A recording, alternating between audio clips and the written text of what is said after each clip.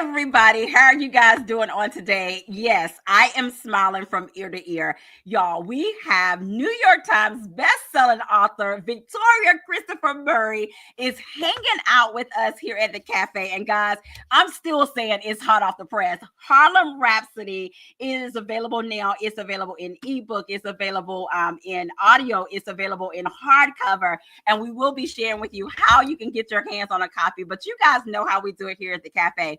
Like, tag, and share. Tell a friend to come on down to the cafe because it is about to go down. And guess what?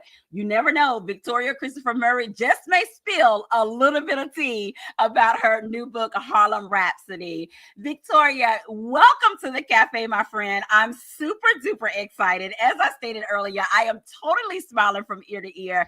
This book is, oh my goodness, it's just an amazing, amazing read. It's one of those books where it's like tell a friend to tell a friend, but I want everybody to read this book. But what I want you to do first is to introduce yourself to the people, for those who may not know you.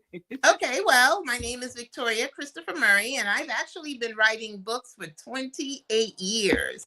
I've been writing full time for 28 years, which is amazing to me.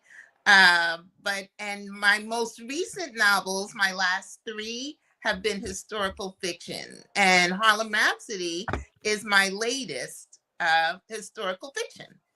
I love that. I love that. Well, again, Victoria, welcome to the cafe. And guys, you know how we do it here. If you have a question or a comment, feel free to put it in the comment section as well. Now, Victoria, I don't know if you know this about me, but I am a book cover nerd. I love me a good cover.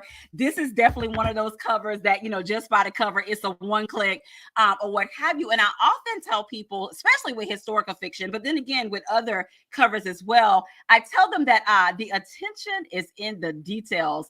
Oh my goodness. I want for you to share with us, what was it like for you when you saw the cover for Harlem Rhapsody? I know for me, it was a win. I was like, oh my goodness, this cover is amazing. Well, one of the things that was so great about my publisher, Berkeley, is that most of the time publishers use stock art and they just put pictures together. And, with AI, you can make it look like one. And this time they hired a painter. Wow. They wanted a piece of Harlem Renaissance art. They wanted to create their own art. They felt that this cover should be a piece of Harlem Renaissance art. And they actually hired a painter. He sketched it out first. And when he painted it, the first time I saw the cover, I loved it, but it was a little bit shocking. Orange and green together. Whoever thinks of an orange cover and then who puts orange and green together? Yes. And he had given me a few other options, but this was the one that stood out. And so it was shocking, and that was good. It was good that it was shocking. I'm very used to it now. But he had looked up the colors of the Harlem Renaissance, and that's how he came up with that. Yeah. I love that. And let me just tell you, the orange and green is working. For me, it feels like a little bit of color blocking. It definitely works. And thank you so much for spilling tea about this cover, that it was actually someone painted it. That's like super cool. I mean, hey, it don't get no better than that, right? I had never heard of that. In fact, on the hardcover, if you go on the inside back jacket, it's his name, and you can go to his website and see other paintings he's done. Nice. I love that. I love that. Now, Victoria, okay, we got to talk about this too. In addition to me being a cover nerd, I love a title. I love a title. So I want for you to share some tea with us, my friend. Was Harlem Rhapsody, was that your original working title? Or did it come later? Not at all. And, I always tell people that I can write a 400-page book, but I cannot come up with a 2 or 3 word title. Wow. And this was everybody on deck at Berkeley, from my editor, my agent, the head of marketing, the head of publicity, the vice presidents. Everybody was involved. Sales, everybody was involved in this title. The first title that we took to them because, Jessie had been called, and I know we'll talk about it, the midwife of the Harlem Renaissance. And so you always think that that's the obvious title, but nobody liked midwife of the Harlem Renaissance at all, because midwife would mean to readers, it would mean somebody helping people to give birth, and they may not understand that it's the literary birth. Yeah. So then we had the book muse of Harlem, because there were two things we wanted in the title. We wanted the word Harlem, and we wanted the book, because people are very interested in anything that has to do with publishing or anything like that. And so we had the book Muse of Harlem, which I really thought was going to be fine. My co-author on my other novels, Marie Benedict, came up with that title. But it didn't move anyone at Berkeley. And Angela, after that, it took us like 3 weeks of going back and forth. My agent said at one point she felt like we were never going to have a title. Wow. And people thought Harlem Rhapsody was good, but in the beginning, people were thinking Rhapsody, people will think it's music. Mm-hmm. And Rhapsody, yes, that's what most people think about. But also it can mean extreme enthusiasm. Yeah. And then once you put that together with Harlem, and even the way the book opens up, Yes. it's a rhapsody. It's just a whole bunch of stuff going on, a lot of excitement, and this is after all of those weeks of trying to put the title together, it turns out we had a 2-word title all along. So we probably went through 30 different titles, and some people were like, no, ooh, that's horrible. And we all kind of agreed on Harlem Rhapsody. Well, I love it. And just like Dahlia said, I love the title. So for me, Victoria, of course, when I seen the cover and I saw the title, it was a yes for me. It's one of those books where, when you put all that together, it's just like, okay, let me just one click or what have you. So again, I am just super duper excited for you, and congratulations again for this amazing, amazing story. As I stated, it's one of those that I want everybody to read. Guys, if you're just joining us, we're hanging out with New York Times bestselling author Victoria Christopher Murray, guys. And it is, like I said, hot off the press. It came out a couple of weeks ago, but it is still hot off the press. And Victoria, she needs you to go out there and to continue to support this book, continue to buy it, tell a friend to tell a friend. And in addition to that, we're going to talk about a little later, be sure that you write your review and leave your review. I know that she would be so appreciative of that as well.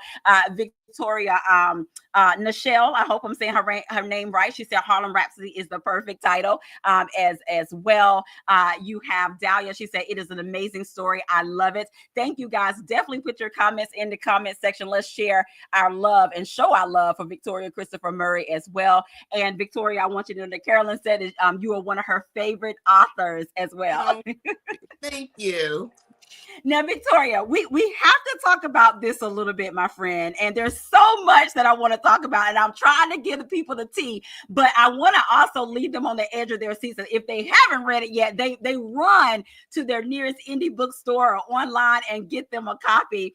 But my friend, we have to talk about your research, which was superb, by the way.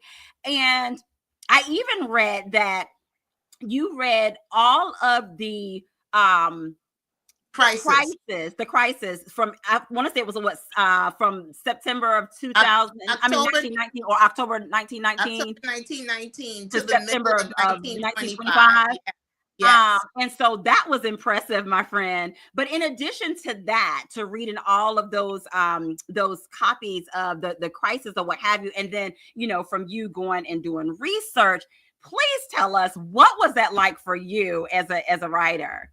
Historical fiction has become my favorite genre to write about. I can't believe I haven't spent my whole life writing this, because I love the research.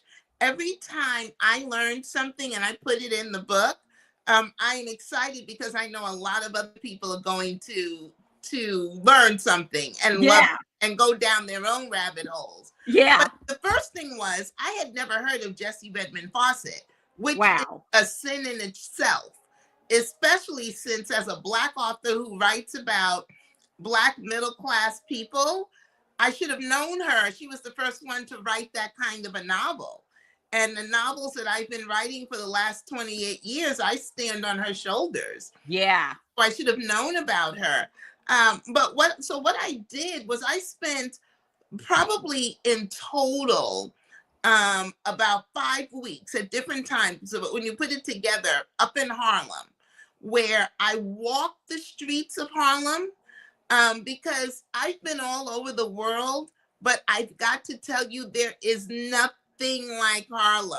Nothing. The streets just pulse with their own stories. Yeah. And so I wanted to walk and get that kind of energy. The first time I went up there for about 2 weeks, maybe a little longer, I went with Tiffany Warren, who is also working on a story about Harlem. And every day, we went to the Schomburg Research Center. Wow. Is the library in Harlem Renaissance. In Harlem Rhapsody. It is the library of the Harlem Renaissance. And now it's called the Schomburg Research Center. And every day, we did not miss one day. Tiffany and I were Wow. there from 9 to closing, researching it. And she was doing different things. I was doing different things. But we were doing the same period of time. So I would find something and send it to her. She'd find something and send it to me. Then we went to restaurants, of course, in Harlem for dinner. And then we went to our hotel rooms, and she'd be in her room texting me new stuff. I'd be texting her stuff. I was in the room reading the biographies of W.E.B. Du Bois, Wow. because that was where I found out a lot about Jesse Redmond Fawcett. Actually was in his biography. So I was reading that. I read a thesis that was done on her life. It's the only thing that's out there about her that way. Wow. Yeah. And then Tiffany and I read letters. And when I say we read letters, I need to ask Tiffany how many we read. We probably have read hundreds of letters between us, sending them back and forth. So I have letters between, first of all, I wanted to get W.E.B.'s Du Bois voice. And so I read a lot of letters that didn't have anything to do with the story, but I could tell. I was like, who does he allow to call him W.E.B.? Who does he say Dr. Du Bois? Yeah. All of that, and to get his voice and how he talked to different people, different tones. And then we do have some intimate letters, and those are the receipts I have. And Victoria, and trust me, Carolyn said there's no place like Harlem. Dahlia said that she loves Harlem as well. And so, of course, Victoria, we're going to talk about that a little bit because it seems to me in reading this story, as well as your author's notes that you included, or your historical notes that you put in the back of the book as well. The tea was in these letters. I mean, you found information, but there was some tea in these letters, and you did mention that you have receipts. And we have to talk about the elephant in the room. Yes. Yes. I'm sure just about every interview that it's gonna come up. And the question that I want to ask you as a reader is, once you read those letters and you did your research, and you begin to write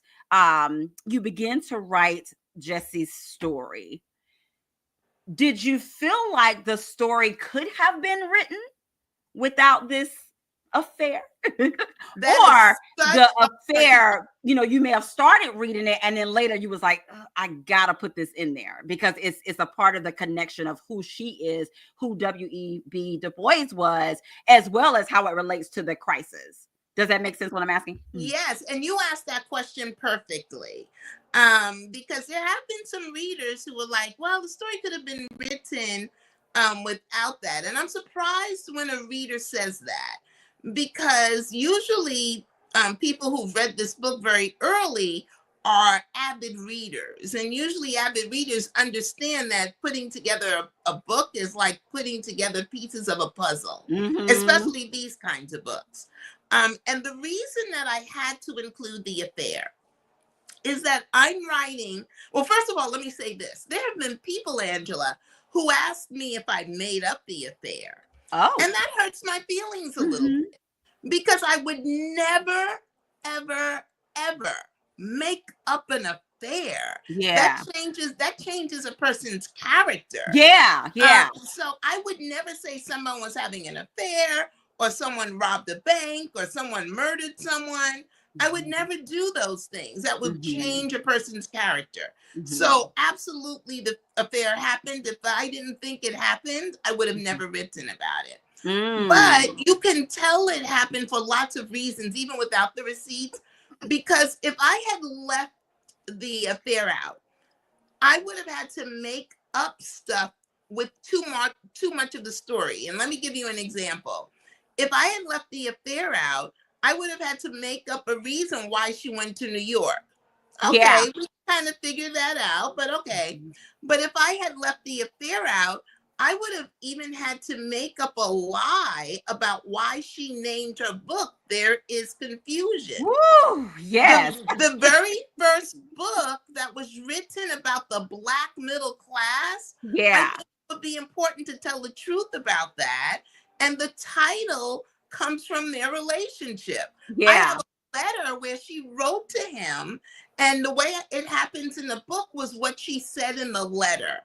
She wrote Wow. a letter to Du Bois saying, I think There Is Confusion is the perfect title for my book, because if I could tell the truth about us, oh, would the people know everything? Woo! Yeah, and then her most important poem, the one she's mostly known for, which is the one I put in the book, ends, and even if somebody hasn't read this, it's not giving it away. But the last line says, "I wish that I were dead," and Mm. without the affair, if I put that poem in there, people would have said, why'd she have that in there? What Uh-huh. does that have to do? So Uh-huh. what writers, we write from our center. We Mhm. write from our world. And she was really an emotional writer. If you Yeah. read her work, if you read her stuff, she was writing about herself. She was Mhm. writing about him, Mhm. and I had to include the affair, or else people would have wondered, where did these feelings come Come from? from. And Mhm. I guess I could have made up a fake person that she was dating or something. But then that Mhm. again, that changes who she was. And if I'm Mhm. going to write a biographical novel, just write the biographical novel. If I'm going to Yeah. write, fiction, just write fiction. And Mhm. so I really wanted people to come to know Jessie Redmond Fawcett's name. So I had to tell her whole story. And something else about the affair. There have been people who said maybe I could have written less of it. Mhm. And I actually, this is something I've never done. I sat down to count the number of chapters that had the affair and the number of chapters that didn't, to make sure that the chapters without the affair were greater. Uh-huh. But I had to have enough chapters so that when you get 3/4 of the way through the book and she gives her title, There Is Confusion, there nobody's asking why she named that book that. Right. Nobody's asking, because it was a build up to that. Wow. Thank you so much for sharing that as well. And guys, if you're just joining us, we're hanging out with author Victoria Christopher Murray. Guys, her latest release, Harlem Rhapsody. It is available now. We will be sharing with you how you can get your hands on a copy of this book. Now, Victoria, I want to ask you, it's kind of like a two-part question. I want to ask you this, my friend. One, guys, if you have not heard the name of Jessie Redmond Fawcett. Oh my goodness, guys. This lady was brilliant. She was talented. There are so many writers that stand on her shoulders, as Victoria said. And one of the things, Victoria, and I'm sure you bookish like I'm bookish, but for all of my people out there that like English was their favorite subject, like that's your jam, or literature, all of those things. This book Oh my goodness, it like hit home. Because I'm a book nerd like that. And I remember when I read, because of course, we know like Langston Hughes and we know some of the other well-known people. But when I just read the name Jean Toomer, I almost lost it. I didn't hear about Jean Toomer when I was in college. One of my English lit class that I had, we actually read Jean Toomer's Cane. So I Yeah. was like, oh my goodness. I mean, that just, There so wouldn't tell have us a been little there bit wouldn't have about, been a go ahead. Gene there wouldn't have been a Gene Tumor or Kane without Jesse Redmond With Fawcett. right, right. So this was just amazing for me. And so for you as an author and a prolific writer, what was that like for you when you actually found out about her and all of the individuals, writers that are well known today, historically or what have you, especially during the time of the Harlem Renaissance? What was that like for you as a writer to say, you know what, I have to tell her story? Yeah, it was so interesting because when I first heard her name, I heard it from two places. I read a quote where Langston Hughes had called her the midwife of the Harlem Renaissance, and then I listened to a podcast by Tremaine Lee called Harlem on My Mind, and it was about Jesse Redmond Fawcett. And Angela, the thing that got me was that she discovered everybody. Like, Right, how could we not know about the woman right. who discovered like she County Cullen was 16. Langston Wow. Hughes was 17. Yeah. We know them as legends. She Yeah. knew them before they had written their first word. Yes. Yes. I And mean, Victoria, she also helped to shape and to mold their voices of, wow, yes, that's yes, that's a because wow factor. she was helping them all navigate through life. They Yeah. all had different issues. Langston was suffering from discrimination with at Columbia University, and how he was going to handle that. Gene Toomer didn't want to be known as black or white. He Right. wanted to just be American. County was the only one that was kind of just making it through this world, but he wasn't sure of who he was when she met him. Nella Larson just didn't have the self-esteem at one point because she was around all these elitist people. And so she was helping all of these people navigate through life. And I just find it fascinating. Like, one of the things I loved best about writing this book was I got to be the voice of a young Langston.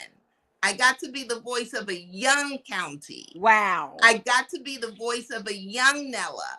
Like, I had to discover who they were because that's not who we know them to be. Yeah. But that's who she knew them to be. Yeah. And it was interesting because I always say to people, she discovered these writers. Mhm. When I say discover, she discovered them. She She did. discovered, Yeah. mentored, edited them, and she published them before anyone else published them. Yes, yes. And Victoria, I know that I happen to know that you also have some editing skills.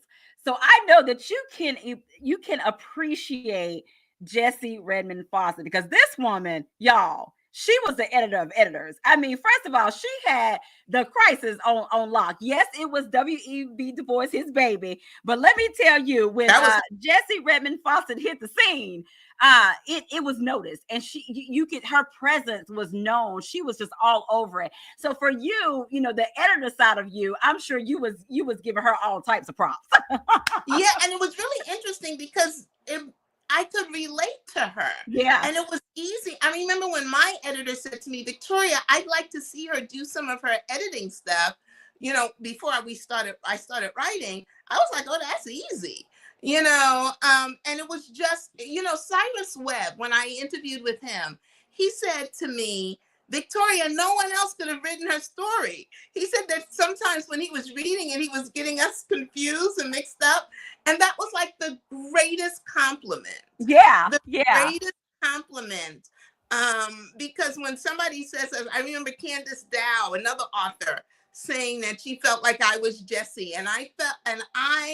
That woman just has left this legacy that includes me. Yeah. So Yeah. whenever anybody says I could relate to her, I'm really excited about that. I love that. I love that. And Victoria, I want to share what Robin had to say. She said it was such a chauvinistic and misogynistic era that it took W.E.B. Du Bois to bring her to Harlem, to put her in place to become the midwife of the Harlem Renaissance. And that leads me to, even guys, when she got there, and they did like a like PR for it. They didn't even change the name, Victoria. Did you see that? Did you It see still that? said men. I mean, she's sitting there just as beautiful as she can be in the middle, and it was like they didn't even change the They name. didn't Just even let bother. you They know, even it was such a misogynist time that they didn't even bother to change Men of the Month. right? They just slapped her in there, like you said, as beautiful as she was. They just put, and then it just says Men of the Month, Men of the month. and then it says Jesse Redmond Fawcett. Yeah, You know, it reminds me of when I was looking up women of the Harlem Renaissance, the names Langston Hughes and County Cullen was coming up. And yeah. I was thinking, my God, like nothing's changed. Like, how Wow. can you even bring up their names when I put in women? Wow. Wow. That's wow. That's a wow moment for us as well. Guys, as you can see, we're having an amazing time hanging out with Victoria Christopher Murray. We have they're saying that they are enjoying the book. Some of those that they're either currently reading the book, some people have already read it. We have Natasha Crawford hanging out with us. Good evening. Thank you for joining us as well. Guys, if you're just joining us, we are having an amazing conversation with Victoria Christopher Murray. In just a bit, we'll be sharing with you how you can get your hands on a copy of it. Now, Victoria, this is one thing that I do want to ask you, my friend, because you know I got to get some tea for the people. I got to get some tea, okay? Now, one of the things I have heard you say, and I was so glad, and when I heard you say it, it was after I had read the book. And you said that with, because sometimes people are in their feelings about things that happen with this book. But you, one of the things that you said that was a wow moment for me, you said, take off your current view, your Glasses. current eye view, okay? And look at it back in the 1920s. Look at it in the time, look at it and read it in the time period that all of these things happen. Because of course, if you read it with today's lenses, oh, you're gonna be Girl, side-eyeing some folks. You're you gonna be gonna be in your feelings for real. But when you said that, I was like, you know what?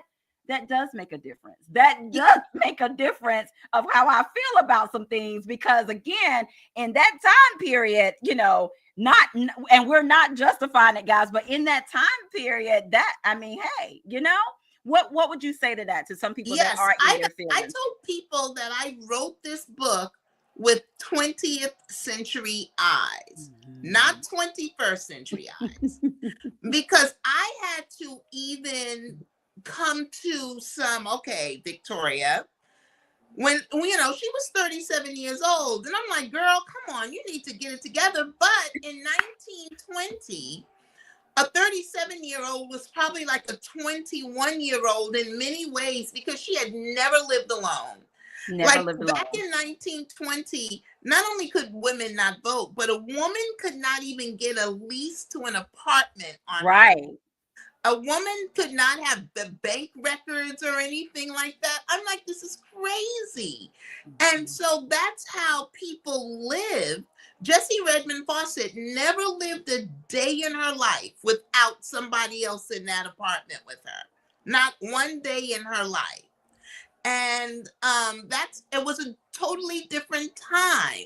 Like, people have talked about W.E.B. Du Bois' wife in this book and why she didn't leave him. Women didn't leave their husbands, and husbands didn't leave their wives, because where was the woman going to go with a divorce? Was she going to go Mm-hmm. back to her parents' house? She Yeah. couldn't get her own apartment, so where was Mm-hmm. she going to go? And when the divorce rate didn't take off in this country until the 1970s, when women Mm-hmm. could finally, in the 70s, get a Mm-hmm. credit card in their own name without their husband or their father's approval. Mm-hmm. And Mm-hmm. so it was just a different time, and I wrote it that way. And I want people to read the book that way too, because if not, you're going to be throwing that book across the room, and that cover is too pretty to be Yeah. messing up like that. So I really ask people to read not just my book. Whenever you're reading a historical book, if the writer has done a good job, they've taken you back to that time. Mhm. And so just stay in the 1920s. Just stay in the 1920s Harlem. Mhm. Mhm. I love that. And Victoria, look, time goes by so fast, but I definitely want you to share a little bit about this because the story was amazing, and then you gave us the author's notes in the back. How important was that for you to put that author's notes in the back, because you also kind of give some of your receipts in that information as well? But how important was that to you to make sure that that information was there for people? I think the author's notes and the historical notes can help to make the story. Like I Hmm. wanted to bring everything because I had a timeline. I don't write a story from the cradle to the grave. So I was only writing about Jessie Redmond Fawcett in that time period when she was the editor at the Crisis. I didn't Hmm. want to write before, but I had to put some things in there as a Hmm. flashback so you would know who she was. And I Hmm. didn't want to write after, although I do take you further into her story Hmm. in the historical notes. And I think it's very important because even though I anchor every single chapter in this book in history, it's Hmm. based on something that I know happened. Um, I have to do fiction because I don't know what she said. I don't know what she wore. I don't know what she ate. And really, I don't know what she thought. I don't. But I can extrapolate it from Hmm. all the biographies I've read, all the Hmm. letters I've read. I can extrapolate who she is and her feelings from all the crisis magazines that I read Hmm. because Hmm. she was the one, like you said, she ran that thing. She ran that whole thing. And so everything that was covered in the crisis was because of her. They were the issues of the day, but the things that were most important to her. Yeah. Uh, Yeah. and and so that's why the historical notes and the author's notes are very, very important. There's a lot of people who stop at the end of the story. And even my agent said, Victoria, your historical notes are as good as the book. Yes. So, guys, we're spilling some tea. Go read the historical notes as well, okay? Because again, it's almost like she's giving you a bonus with that information as well. And Victoria, we are going to do a giveaway, my friend. We're going to do an ebook copy of Harlem Rhapsody. I'm going to Ooh, get you to help me. I'm going to go up and down the comment section. You're going to tell me when to stop, and then that person will be the winner of an ebook copy of Harlem Rhapsody. Okay, I am ready when you are, my okay, I'm friend. Just ready tell now. me I when to can't see, so stop. I can't see what you're seeing. So I Yep, you just can just tell me when to stop. okay. Okay, are you doing it? Uh-huh. Okay, stop. Okay. Tips Happy Place, you are the winner, my friend.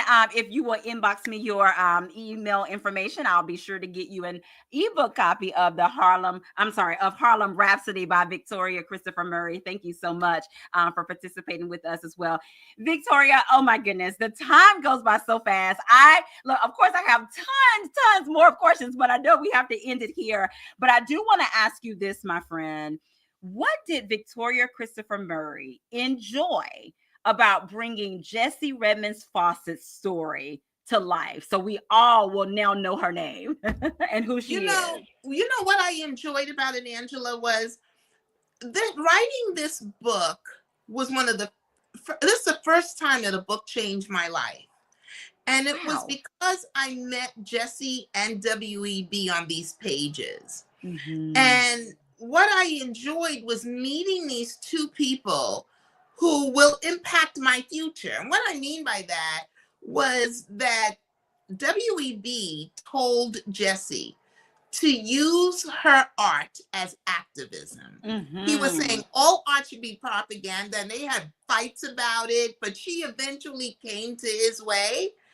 And that's what I've enjoyed about this is that now I'm going to be using my writing, my art as activism. And what I mean by that is right now we're living in a period of time where they want to erase our history. They want to pretend that we don't exist, or we came from, I guess we just popped up one day here on the shores. And I think that it is up to us to keep history alive. But the thing that's so interesting about history is that a history that is untold is a history that can be erased. And so, Mm-hmm. for example, Jessie was lived 100 years ago. If I hadn't told her story, if somebody else hadn't picked up her story, and another 100 years passed, by the time 200 years passed without any mention of Jessie Redmond Fawcett, her history would have been erased, just erased. Wow. And Wow. so I think it is up to me now to take this mantle and to use my art as activism at this time, a time such as this, to dig up these stories, to find these women who've been hidden or who have been buried, and to tell their stories. And I think that's what I enjoy the most about Harlem Rhapsody, is that it's brought me to the point in my career where I was always meant to be. I And love that. this is art is activism. And this day and time, we are all going to have to take a role, and this is my role. I love that. I love that. Well, guys, we have to share with you how you can get your hands on a copy of Harlem Rhapsody. And I know that Victoria is going to share with us where you can get it. I do want to mention one of our sponsors, Riches and Reading Indie Bookstore. She does have copies of Harlem Rhapsody. I will be putting, we support our indie bookstores. I'll be Yeah. putting that link in the comment section as well. And Victoria, if you can share with us other places that they can get a copy of Harlem Rhapsody as well. Yeah, so anywhere books are sold, I know some places are being, boycotted, so you can go to the other places not being boycotted. But anywhere books are sold, and like you said, we love supporting our indie booksellers, because they're the ones that hand sell our book, and they tell everybody to go out and read this one. I love it. I love it. And again, also, Victoria, congratulations, because Harlem Rhapsody had also hit USA Today bestseller a couple of weeks ago. So congratulations Yeah. for you for that as well, guys. And like I said earlier, tell a friend to tell a friend. Get you a copy, get a copy for a friend. And it's available in ebook, audio, and hardcover. And it's definitely one of those stories that we want everybody to read as well. And again, I'm going to say it one more time tonight. Definitely leave Victoria Christopher Murray a review, guys. Thank Your you. reviews matter. Okay. So I want you guys to go out there, leave a review to all the places that you can leave a review, and continue to help get the word out so we can help Jessie Redmond Fawcett's legacy, that people will know about her. Because I'm like Victoria, if she hadn't wrote this story, I had no idea, but now I do, and I can tell other people as well about it. And so, Victoria, you have to share with us, my friend, how can we stay connected with you? So anywhere that you can type in Victoria Christopher Murray, that's my handle. On Facebook, I'm Victoria Christopher Murray. On Instagram, I'm Victoria Christopher Murray. That's where I am most of the time.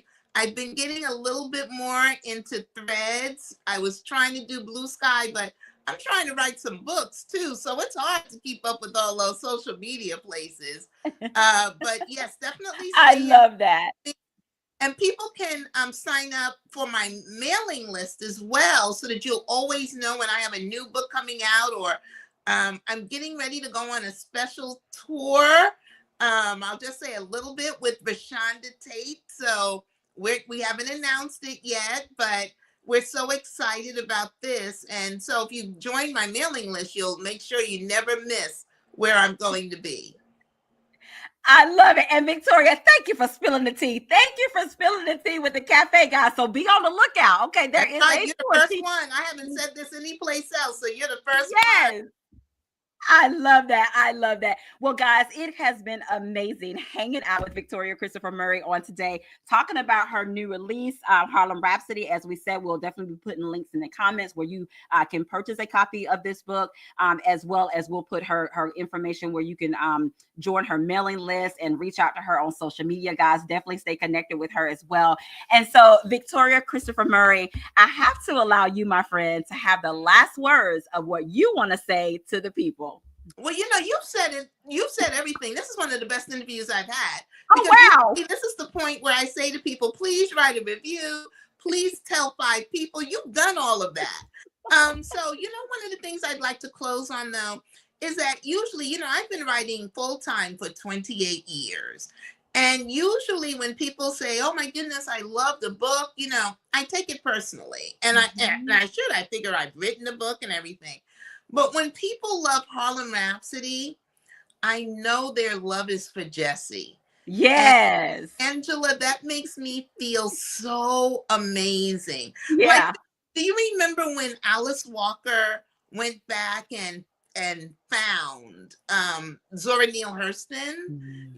She had been forgotten in history until Alice Mhm. Walker went back, found her grave, did everything. Yeah. And now we all know Zora Neale Hurston. Yeah. And Yeah. so I did not write that Harlem Rhapsody with that in mind, but we're talking about the woman who started the Harlem Renaissance, the Yes. woman who Zora Neale Hurston called her mentor. I Yeah. mean, and so I just want everybody to come to know her name. In 10, 20 years, I want her to be as well known as the literary legends that she helped to become legends. Yes, yes. And Victoria, because, for those who may not have read the book, oh, she earned that. She earned She, that right. she earned it. We would not have the Harlem Renaissance that we have without her. Yes, Period. Period. yes. I love it. Well, again, Victoria, thank you so much on your tour because I know you have been busy. You have been traveling in addition to do in-person events. You are doing virtual events. So thank you for stopping by the Literary Cafe, my friend, as well. Guys, that is our show on today. Of course, we have had an amazing time hanging out with author Victoria Christopher Murray. Of course, subscribe to my YouTube channel, Angela Anderson's YouTube, all of that good stuff as well. And tell a friend to even watch the replay of this particular episode as well. And Victoria, this is what we always say to the people. Have an amazing day because we're having an amazing day. And until next time, guys, we'll see you later. Get you a Bye. copy of Harlem Rhapsody. Bye-bye. Bye.